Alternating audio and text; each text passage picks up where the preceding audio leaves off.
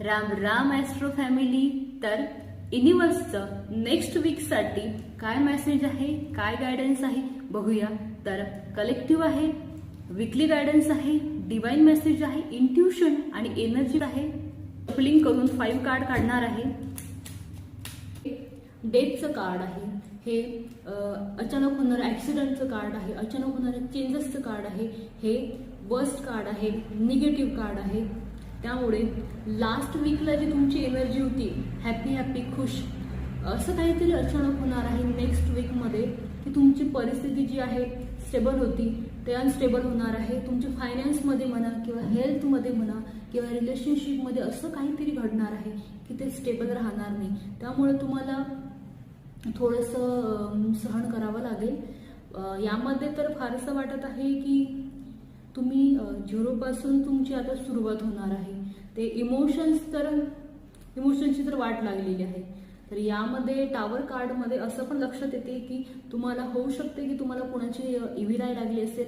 दिवाळीच्या सीझनमध्ये तुम्ही छान छान गोष्टी केल्या असेल तुमच्या फॅमिलीसाठी म्हणा, तुमच्या ऑफिससाठी, घरासाठी, मुलाबाळांसाठी, जे काही तुम्ही चांगलं चांगलं केलं असेल तर या वीकमध्ये त्या गोष्टीला नजर लागलेली आहे, इव्हिल आय आहे. त्यामुळे तुम्हाला या नेक्स्ट वीकमध्ये थोडा का होईना प्रॉब्लेम तर होणारच आहे आणि विथ फॅमिली होणार आहे.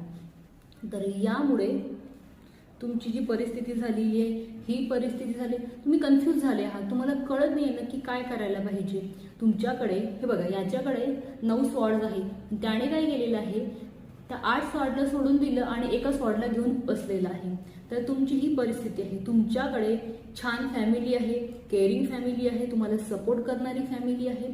तुमचा जो पार्टनर आहे तो कमिटेड आहे, छान पार्टनर आहे, लॉयल पार्टनर आहे.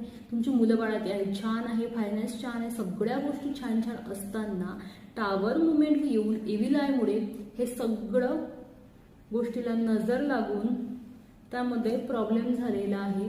आणि तुम्ही काय करत आहे, त्या सगळ्या गोष्टींना सोडून तुम्ही एका गोष्टीकडे धावत आहे. जी गोष्ट तुमच्या हाती नाही आहे, जी गोष्ट परमेश्वराच्या भरोशावर तुम्ही सोडून द्यायला पाहिजे, ते गोष्ट मला तुम्ही कंट्रोल करायचा प्रयत्न करत आहे. पण खरं तर त्या गोष्टीवर तुमचा कंट्रोल होऊ शकत नाही.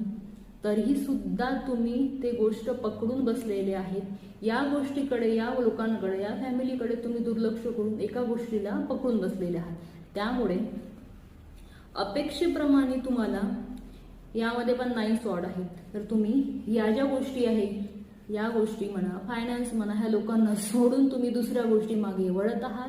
त्यामुळे तुम्हाला अपेक्षेप्रमाणे तुम्हाला तुमच्या आयुष्यात काहीच घडणार नाही आहे. ज्या गोष्टीची तुम्हाला अपेक्षा आहे की माझं घर